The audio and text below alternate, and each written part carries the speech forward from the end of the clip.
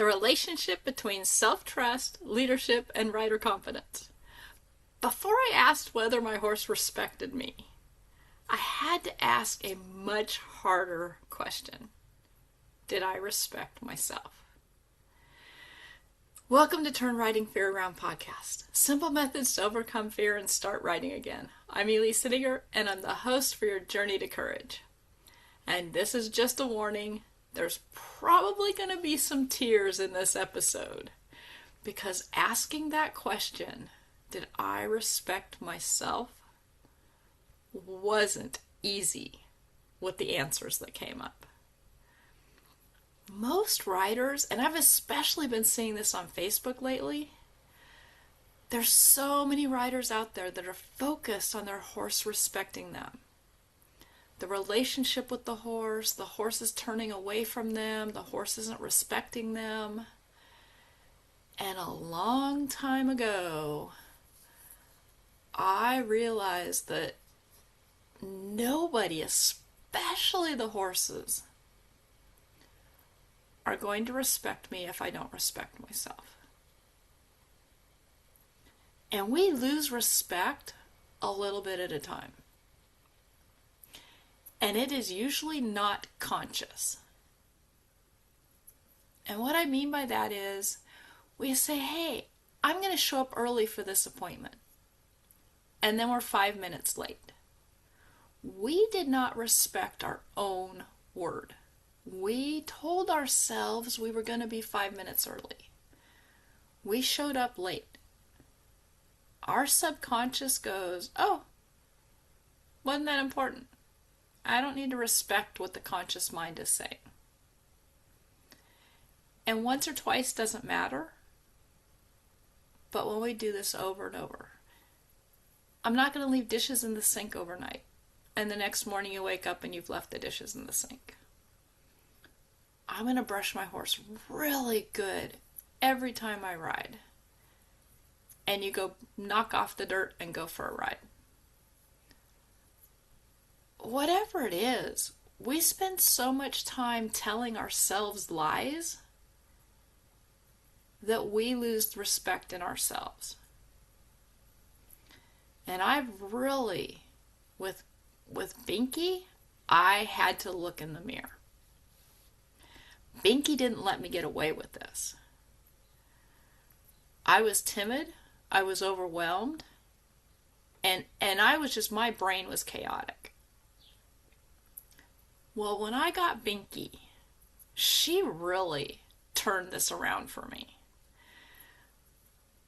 One of my first experiences with her not long after she got here, I didn't even know she was there.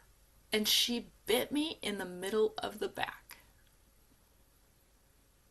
Let me tell you, for somebody who was a little timid and overwhelmed, that terrified me.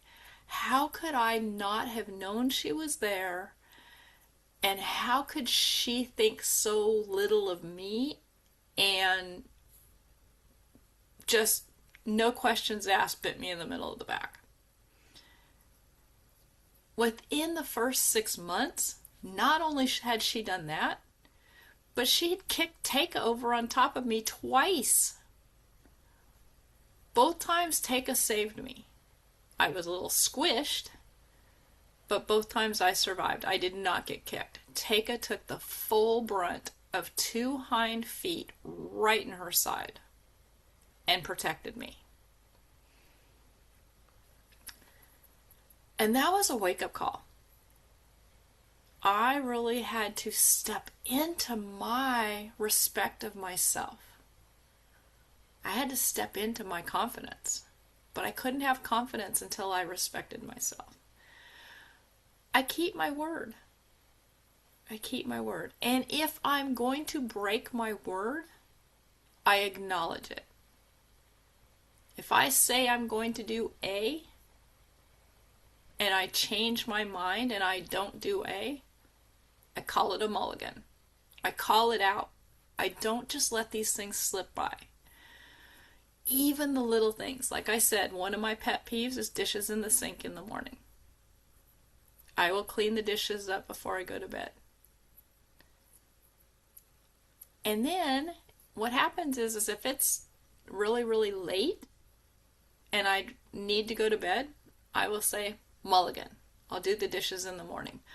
But it's conscious. I'm consciously changing my mind.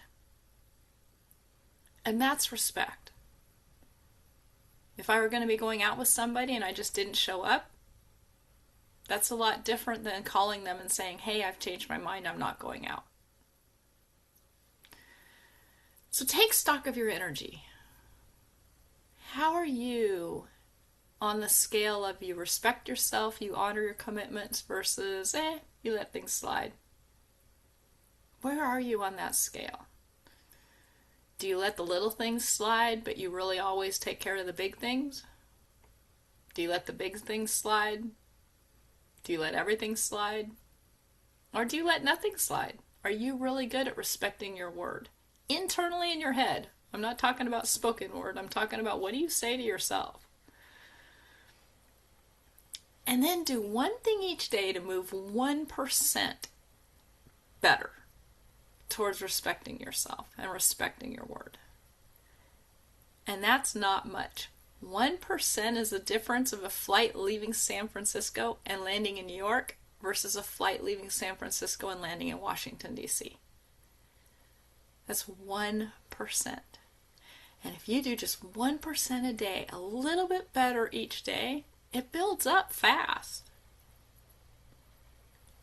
And then let your horse participate. Our horses will tell us whether we respect ourselves.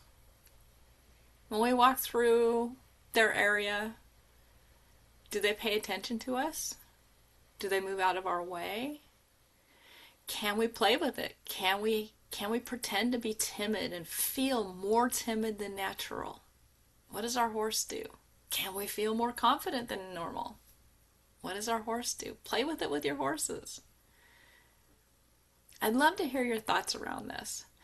And I am starting a healthy rider program. That's really going to help with all of this.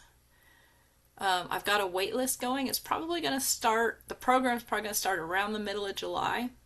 But I've got some great people already on the waiting list. We're going to have so much fun. It's just to get us healthy again, feeling better, flexible, balanced.